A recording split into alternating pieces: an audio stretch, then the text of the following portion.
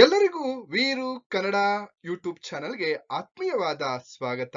ನಾನು ನಿಮ್ಮ ವೀರು ಕನ್ನಡ ಸರ್. ಇನ್ನೂ ಕೂಡ ನನ್ನ ಚಾನೆಲ್ ಅನ್ನ ಸಬ್ಸ್ಕ್ರೈಬ್ ಮಾಡ್ಕೊಂಡಿಲ್ಲ ಅಂದ್ರೆ ಸಬ್ಸ್ಕ್ರೈಬ್ ಮಾಡ್ಕೊಳ್ಳಿ. ಹಾಗೆ ನಿಮ್ ಸ್ನೇಹಿತರಿಗೂ ಕೂಡ ನನ್ನ ಚಾನೆಲ್ ಬಗ್ಗೆ ಮಾಹಿತಿಯನ್ನ ನೀಡಿ ಅಂತ ಹೇಳ್ತಾ, ಇವತ್ತಿನ ತರಗತಿಯಲ್ಲಿ ಡಾಕ್ಟರ್ ಸಿದ್ದಲಿಂಗಯ್ಯ ಅವರು ಬರೆದಿರ್ತಕ್ಕಂತಹ ಇಲ್ಲಿ ಊರು ಕೇರಿ ಅನ್ನುವಂತಹ ಆತ್ಮಕಥನದ ಆಯ್ದ ಭಾಗಗಳ ಬಗ್ಗೆ ಇವತ್ತಿನ ತರಗತಿಯಲ್ಲಿ ಮುಂದುವರೆದ ವಿಚಾರಗಳ ಬಗ್ಗೆ ಚರ್ಚೆಯನ್ನ ಮಾಡ್ತಾ ಇದ್ದೇನೆ. ನೋಡಿ, ಈಗ 4ನೇ ಸೆಮಿಸ್ಟರ್ BCA ವಿದ್ಯಾರ್ಥಿಗಳಿಗಾಗಿ ಈ ಒಂದು ಆತ್ಮಕಥನದ ಕೆಲವು ಆಯ್ದ ಭಾಗಗಳ ಬಗ್ಗೆ ಇವತ್ತಿನ ತರಗತಿಯಲ್ಲಿ ನಾನು ಚರ್ಚೆಯನ್ನ ಮಾಡ್ತಾ ಇದ್ದೀನಿ.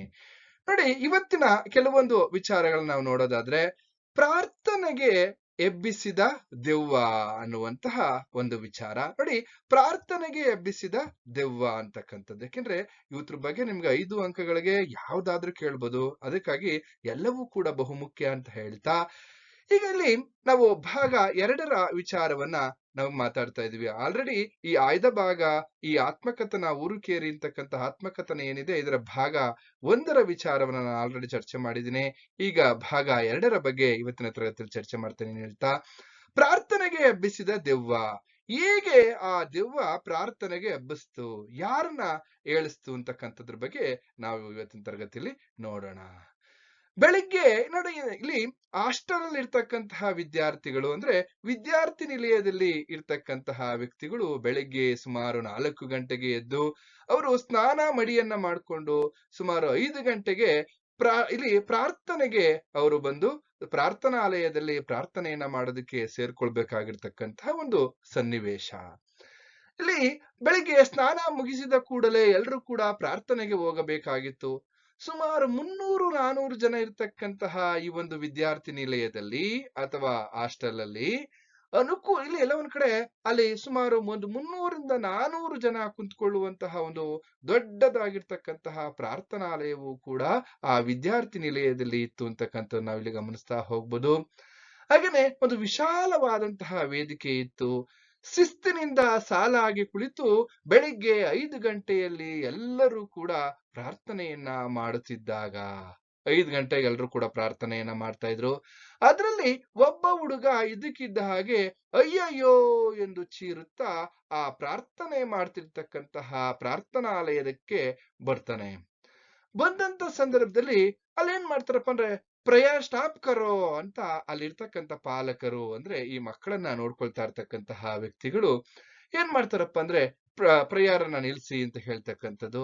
ಆ ಗಾಬರಿಯಿಂದ ಬಂದಂತಹ ವ್ಯಕ್ತಿಯನ್ನ ನೋಡ್ತಾ, ಆ ಹುಡುಗನನ್ನ ನೋಡ್ತಾ ಪಾಲಕರು ಅವನ ತೊಂದರೆ ಏನೆಂದು ವಿಚಾರಿಸಿದ್ರು. ಯಾಕೆ, ಏನಾಯ್ತು, ಯಾಕೆ ಗಾಬರಿಯಿಂದ ಬಂದೆ? ಯಾಕೆಂದ್ರೆ ಈ ಹುಡುಗ ಪ್ರಾರ್ಥನೆಗೆ ಬಂದಿಲ್ಲ, ಕದ್ಬಿಟ್ಟಿದ್ದಾನೆ, ಇವತ್ತು ಹೋಗೋದ್ ಬೇಡ ಅಂತ.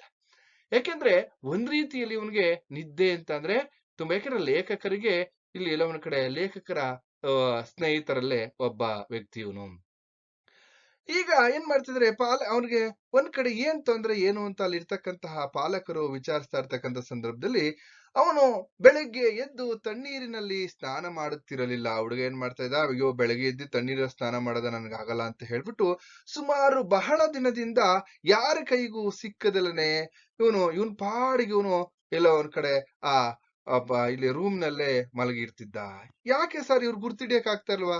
ಸುಮಾರು 300-400 ಜನ ಇದ್ದಾರೆ, ಹೇಗೆ ಅವ್ರನ್ನೆಲ್ಲ ಪತ್ತೆ ಹಚ್ಚಕ್ಕಾಗುತ್ತೆ? ಹಾಗಾಗಿ ಇವನು ಸುಮಾರು ದಿನದಿಂದ ಪ್ರಾರ್ಥನೆಗೆ ಬರದಲೆ ತಪ್ಪಿಸ್ಕೊಂಡಿರ್ತಕ್ಕಂತಹ ಹುಡುಗ. ಇದ್ದಕ್ಕಿದ್ದ ಹಾಗೆ ಅಲ್ಲಿ ಯಾರೋ ಬಂದು, ಹೇಳಪ್ಪ ಪ್ರಾರ್ಥನೆಗೆ ಹೋಗು ಎಂದರಂತೆ. ಆ ಹುಡುಗ ಹೇಳ್ತಾ ಇದ್ದಾನೆ, ಅಲ್ಲಿ ಏನ್ ನಡೀತು, ಯಾಕೆ ಅವನು ಅಯ್ಯಯ್ಯೋ ಅಂತ ಕಿರ್ಚ್ಕೊಂಡ್ ಬರ್ತಾನೆ, ಯಾಕೆ ಗಾಬರಿಯಿಂದ ಬಂದ? ಇದನ್ನೆಲ್ಲ ಕೇಳಿದಂತ ಸಂದರ್ಭದಲ್ಲಿ ಇಲ್ಲಿ ಯಾರೋ ಬಂದು ಅಲ್ಲಿ ಹೇಳಪ್ಪ ಹೋಗು, ಅಯ್ಯೋ ಇಲ್ಲಿ ಪ್ರಾರ್ಥನೆಗೆ ಹೋಗು ಅಂತ ಹೇಳಿದ್ರು ಅಂತಕ್ಕಂಥದ್ದು. ಯಾರೋ ವಾರ್ಡನ್ ಇರ್ಬೇಕು ಅಂತ ಹೇಳ್ಬಿಟ್ಟು ಆ ಒತ್ಕೊಂಡಿರ್ತಕ್ಕಂತಹ ಒದಕಿಯನ್ನೆಲ್ಲ ತೆಗೆದು ನೋಡ್ತಾನೆ, ಅಲ್ಲಿ ವಾರ್ಡನ್ ಇಲ್ಲ. ನೋಡಿದ್ರೆ ಈ ಹುಡುಗನ ಚಾಪೆಯಿಂದ, ಅಂದ್ರೆ ನೆಲದ ಮೇಲಿಂದ ಹಿಡಿದು ಅವನ ಇಲ್ಲಿ ಕಾಲು ಎಲ್ಲ ಒಂದ್ ಕಡೆ ಇವ್ ನೆಲದ ಮೇಲಿದ್ರೆ ಆ ತಲೆ ಎಲ್ಲ ಒಂದ್ ಕಡೆ ಚಾವಣಿಯ ಹತ್ತಿರ ಇದೆ. ಅಂದ್ರೆ ಈ ಇಲ್ಲಿ ಎಲ್ಲ ಒಂದ್ ಕಡೆ ನಿಜವಾಗ್ಲೂ ಕೂಡ ಅವನು ಗೊತ್ತಾಗೋಯ್ತು ಇದು ದೆವ್ವನೇ. ಯಾಕೆ ಅಂತಂದ್ರೆ ಅವನ ಅವನ ದೇಹದ ಹತ್ತಿರ, ಅವನ ತಲೆ ಹತ್ರ ಕಾಲಿದ್ರೆ ಮೇಲ್ಗಡೆ ಚಾವಣಿಯನ್ನ ನೋಡ್ತಾರೆ, ರೂಪ್ ಹತ್ರ. ಅದ್ ನೋಡಿದ್ರೆ ಅಲ್ಲಿವರೆಗೂ ಎಲ್ಲ ಒಂದ್ ಕಡೆ ಕತ್ತಿರ್ತಕ್ಕಂಥದ್ದು, ದೇಹದ ಬೆಳವಣಿಗೆ ಅಷ್ಟು ಉದ್ದ ಇರ್ತಕ್ಕಂಥದ್ದನ್ನ ನೋಡಿದಾಗ ಇದು ದೆವ್ವ ಖಂಡಿತವಾಗಿಯೂ ಅಂತ ಕೂಡ ಅವನಿಗೆ ಗೊತ್ತಾಗ್ಬಿಡುತ್ತೆ. ಗೊತ್ತಾದ ತಕ್ಷಣನೇ ಸೀದಾ ಏನ್ ಮಾಡ್ದ, ಗಿಟಾರ್ನ ಕಿಡಿಸ್ಕೊಂಡು ಬಂದ್ಬಿಡ್ತಾನೆ. ಸರಿ, ಆಮೇಲೆ ಇನ್ನು ಅವನು ಹೀಗೆ ಆ ಪ್ರಾರ್ಥನಾಲಯಕ್ಕೆ ಬಂದಂತ ಸಂದರ್ಭದಲ್ಲಿ ಅಲ್ಲಿ ಪಾಲಕರು ಅವನಿಗೆ ಚೆನ್ನಾಗೆ ಬೈದು ಒಂದ್ ಕಡೆ ಪ್ರಾರ್ಥನಾಲಯದಲ್ಲಿ ಕೂರಿಸ್ತಾರೆ, ಕುತ್ಕೊಳ್ಳೋ ಅಂತ ಹೇಳಿ. ಹೀಗೆ ಆನಂತರ ಪ್ರಾರ್ಥನೆ ಮುಂದುವರಿತು ಅಂತಕ್ಕಂಥದ್ದು. ಇದು ಪ್ರಾರ್ಥನೆಗೆ ಎಬ್ಬಿಸಿದ ದೆವ್ವದ ವಿಚಾರ ಆಯ್ತು. ಆಮೇಲೆ ಇನ್ನೊಂದ್ ಕಡೆ ಊಟಕ್ಕೆ ಕುಳಿತಿದ್ದ ದೆವ್ವ. ನೋಡಪ್ಪ, ದೆವ್ವ ಬಂದ್ಬಿಟ್ಟು ಊಟ ಕುತ್ಕೊಂಡ್ಬಿಟ್ಟಿತ್ತು ಅಂತಕ್ಕಂತಹ ಇನ್ನೊಂದು ಪ್ರಸಂಗದ ವಿಚಾರವನ್ನ ನಾವಿಲ್ಲಿ ನೋಡೋಣ. ಒಂದ್ ದಿವಸ ಹೀಗೆ ಭೋಜನಾಲಯದಲ್ಲಿ, ಅಂದ್ರೆ ಊಟದ ಕೊಠಡಿಯಲ್ಲಿ, ಅಂದ್ರೆ ಊಟವನ್ನ ಮಾಡ್ತಕ್ಕಂತಹ ಒಂದು ಜಾಗ, ಅದನ್ನ ಭೋಜನಾಲಯ ಅಂತ ಕರಿತೀವಿ. ಎಲ್ರು ಊಟಕ್ಕೆ ಬಂದು ಸಾಲ ಕುಳಿತುಕೊಂಡಿದ್ದಾರೆ. ಕುಳಿತುಕೊಂಡಿರ್ತಕ್ಕಂಥ ಸಂದರ್ಭದಲ್ಲಿ ಅದು ರಾತ್ರಿ ಬೇರೆ, ರಾತ್ರಿ ಊಟ, ಬೆಳಗ್ಗೆ ಊಟ ಅಲ್ಲ, ರಾತ್ರಿ ಊಟ. ಪಕ್ಕದಲ್ಲಿ ಕುಳಿತ ವ್ಯಕ್ತಿಯ ಬಗ್ಗೆ ವಿದ್ಯಾರ್ಥಿಗೆ ಒಂದು ಅನುಮಾನ ಬಂತು. ಈ ವ್ಯಕ್ತಿಯನ್ನ ಯಾವತ್ತೂ ನೋಡಿಲ್ಲ, ಇಲ್ಲಿ ಪಕ್ಕದಲ್ಲಿ ಕುತ್ಕೊಂಡ್ಬಿಟ್ಟಿದಾನಲ್ಲ, ಯಾರು ಇವನು ಅಂತ ಆ ಹುಡುಗ ಏನ್ ಮಾಡ್ತಾ ಇದ್ದಾನೆ, ನೋಡ್ತಾ ಇದ್ದಾನೆ. ಯಾರು ಅಂತ ಗೊತ್ತಾಗ್ತಲ್ಲ, ಇಂಥ ವ್ಯಕ್ತಿಯನ್ನ ನಾನು ಎಲ್ಲೂ ಕೂಡ ನೋಡಿಲ್ವಲ್ಲ ಅಂತ ಹೇಳ್ತಾ ಆ ವಿದ್ಯಾರ್ಥಿ ಅನುಮಾನ ಬಂದ್ಬಿಡ್ತು, ಯಾರು ಇರ್ಬೋದು ಇವನು ಅಂತ. ಆ ವಿದ್ಯಾರ್ಥಿ ಆ ಪಕ್ಕದಲ್ಲಿ ಕೂತಿರ್ತಕ್ಕಂತಹ ವ್ಯಕ್ತಿಯ ಮುಖವನ್ನ ನೋಡ್ತಾನೆ. ಈ ಹೊಸ ವ್ಯಕ್ತಿ ಸಹಜವಾಗಿ ಕುಳಿತಿರ್ತಕ್ಕಂಥವನು ಯಾರೋ ಹೊಸಬ ಅಂತ ಗೊತ್ತಾಯ್ತು. ಆಗ ವಿದ್ಯಾರ್ಥಿಗೆ ಅನುಮಾನ ಬಗೆಹರಿಸ್ಬೇಕು, ಏನಿದೆ ನನಗೆ ಅನುಮಾನವನ್ನ ನಾನು ಬಗೆಹರಿಸ್ಕೋಬೇಕು ಅಂತ ಹೇಳ್ಬಿಟ್ಟು ಅವನ ಪಾದವನ್ನ ನೋಡ್ತಾನೆ.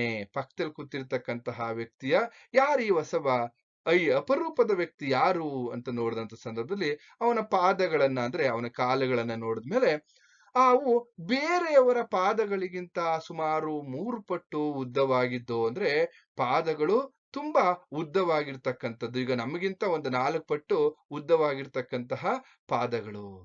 ಇವನ್ ನೋಡಿದಾಗ ಅವನ ಕಡೆ ಪಾದಗಳು ತಿರ್ಗಾ ಮುರುಗಾ ಇದ್ದೋ ಅಂತಕ್ಕಂಥದ್ದು, ಉಲ್ಟಾ ಇದ್ದೋ ಅಂತಕ್ಕಂಥದ್ದು.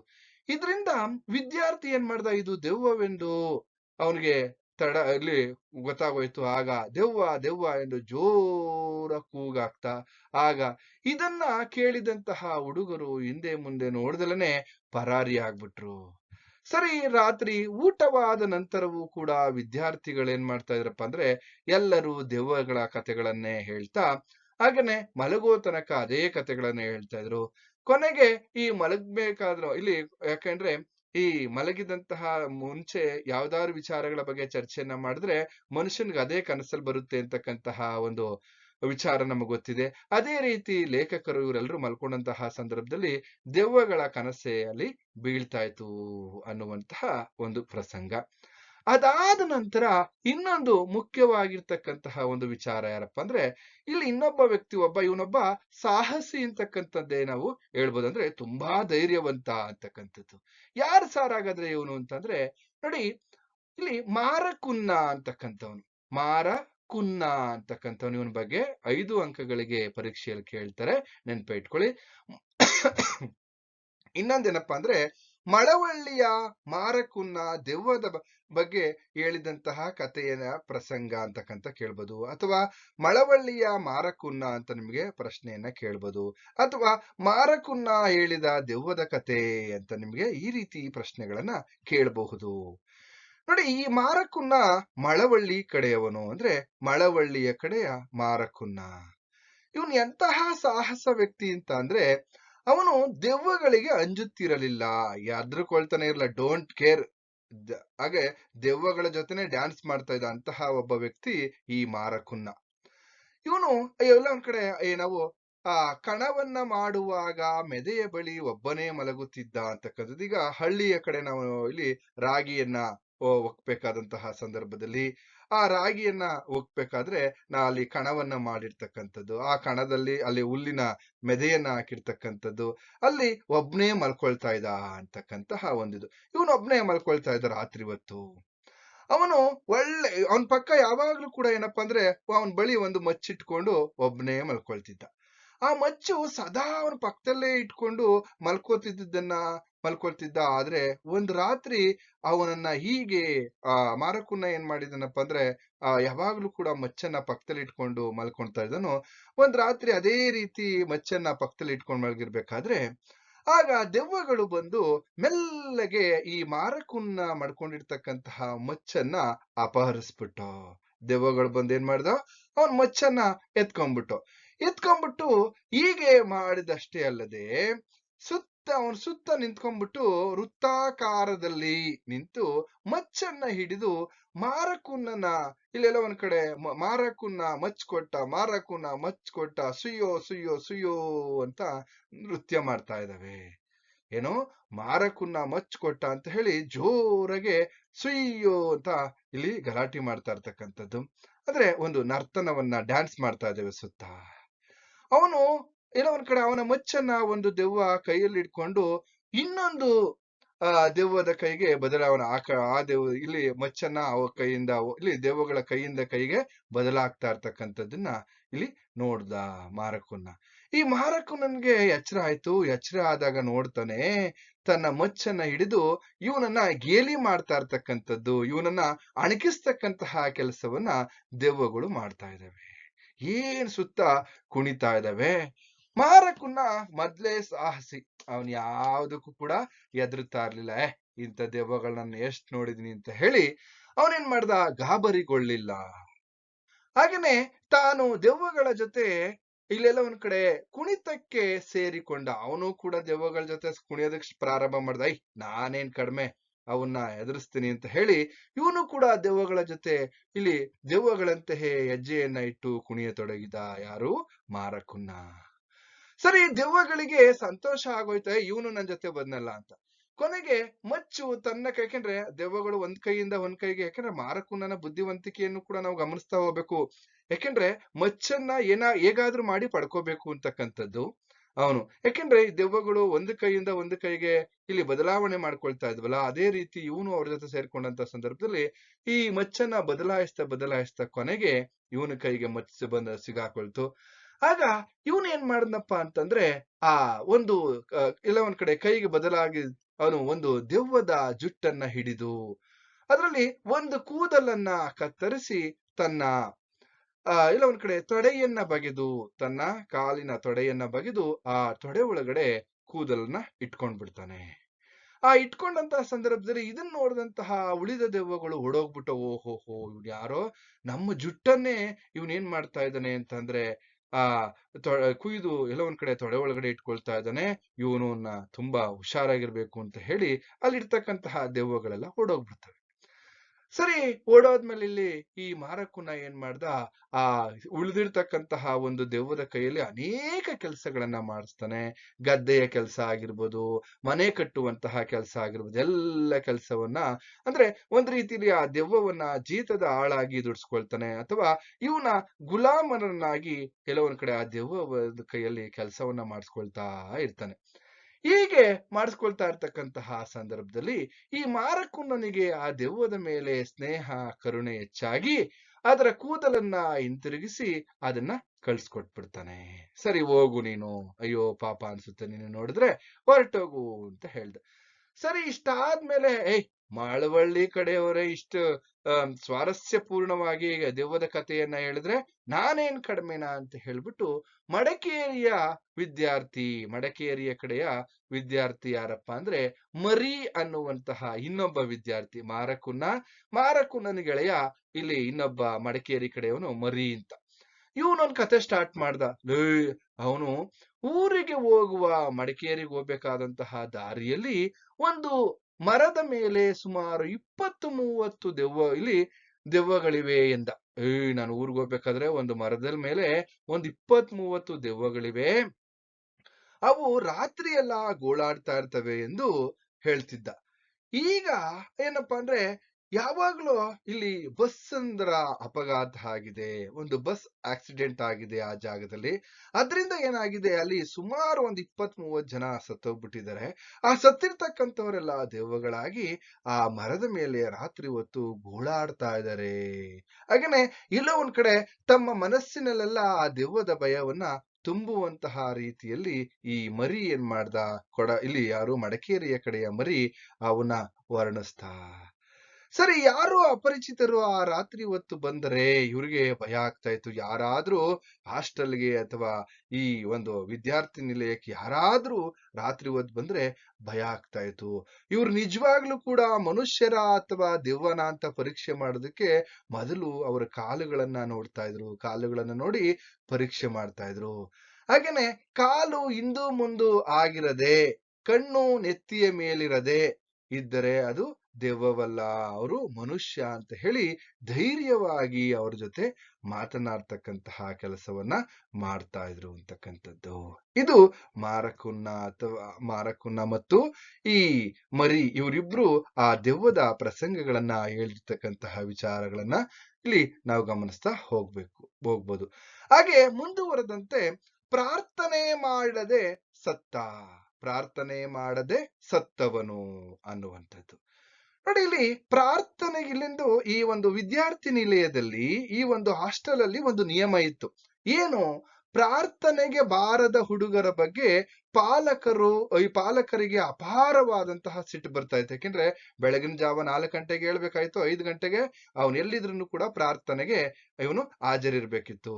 ಅವನ್ ಏನಾದ್ರೂ ಬಂದಿಲ್ಲ ಅಂತ ಅಂದ್ರೆ ಇಲ್ಲಿ ಇವ್ರಿಗೆ ತುಂಬಾ ಕೋಪ ಬಂದ್ಬಿಡ್ತಾ ಇತ್ತು. ಯಾಕೆಂದ್ರೆ ಸುಮಾರು ಜನ ಇರೋದ್ರಿಂದ ಕೆಲವು ವ್ಯಕ್ತಿಗಳ ಬಗ್ಗೆ ಅವ್ರ ಹಾಜರಿಯನ್ನ ತಗೊಳ್ತಿರ್ಲಿಲ್ಲ.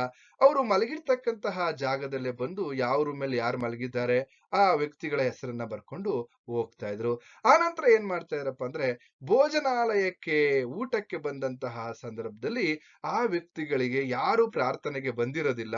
ಯಾಕೆಂದ್ರೆ ತುಂಬಾ ಕಟ್ಟುನಿಟ್ಟಿನ ಒಂದು ನಿಯಮ ಇತ್ತು ಈ ಒಂದು ವಿದ್ಯಾರ್ಥಿ ನಿಲಯದಲ್ಲಿ ಅಂತಕ್ಕಂಥದ್ದು. ಏನಂದ್ರೆ ಯಾರು ಪ್ರಾರ್ಥನೆಗೆ ಬಂದಿರೋದಿಲ್ವೋ ಆ ಹುಡುಗನಿಗೆ ಅಥವಾ ಆ ವ್ಯಕ್ತಿಗೆ ಅಲ್ಲಿ ಊಟದ ವ್ಯವಸ್ಥೆ ಇರ್ತಿರ್ಲಿಲ್ಲ, ಅವನಿಗೆ ಊಟ ಕ್ಯಾನ್ಸಲ್. ಹೀಗಾಗಿ ಲೇಖಕರ ಗೆಳೆಯನಾಗಿರ್ತಕ್ಕಂತಹ ಗೋವಿಂದ ಅಂತಕ್ಕಂಥವನು, ಈ ಗೋವಿಂದನಿಗೆ ಏನಪ್ಪಾ ಅಂದ್ರೆ ನಿದ್ದೆ ಅಂದ್ರೆ ಪಂಚಪ್ರಾಣ. ಸರಿ, ಏನ್ ಮಾಡೋದು? ಈಗ ಕಟ್ಟುನಿಟ್ಟಾದಂತಹ ಒಂದು ಪ್ರಾರ್ಥನೆಗೆ ಬರ್ದಲೇ ಇರ್ತಕ್ಕಂಥವ್ರಿಗೆ ಊಟ ಇಲ್ಲ ಅಂತಕ್ಕಂಥದ್ದು. ಅವನನ್ನ ಹೊರಗಡೆ ಕಳಿಸ್ಬಿಟ್ರು. ಇವನೇನ್ ಮಾಡ್ತಾ ಇದ್ದ, ಈ ಸುಮಾರು ದಿವಸಗಳ ಕಾಲ ಇವನೇನ್ ಮಾಡ್ತಾ ಇದ್ದ, ನಿದ್ದೆ ಪ್ರಿಯ, ಇವನು ಯಾವಾಗ್ಲೂ ನಿದ್ದೆ ಮಾಡ್ತಾ ಇದ್ದ. ಅಯ್ಯೋ, ಬೆಳಗ್ಗೆ 4 ಗಂಟೆಗೆ ಎದ್ದು 5 ಗಂಟೆಗೆ ಯಾರು ಪ್ರಾರ್ಥನೆಗೆ ಹೋಗ್ತಾರೆ, ಬೆಳಗ್ಗೆ ಎದ್ದು ತಣ್ಣೀರ್ ಸ್ನಾನ ಮಾಡ್ಬೇಕು, ಹೀಗೆ ಇವನು ಕದೀತಾ ಇದ್ದ. ಸರಿ, ಏನ್ ಮಾಡೋದು? ಇವನು ನಿದ್ದೆ ಪ್ರಿಯ, ಊಟ ಬಿಟ್ರು ಪರವಾಗಿಲ್ಲ, ಅವನು ನಿದ್ದೆ ಬಿಡೋದಕ್ಕೆ ತಯಾರಿರ್ಲಿಲ್ಲ. ಯಾರಪ್ಪ ಅಂದ್ರೆ ಅವನ ಹೆಸರೇನು? ಗೋವಿಂದ, ನಿರೂಪಕರ ಗೆಳೆಯ. ಸರಿ, ಏನ್ ಮಾಡೋದು?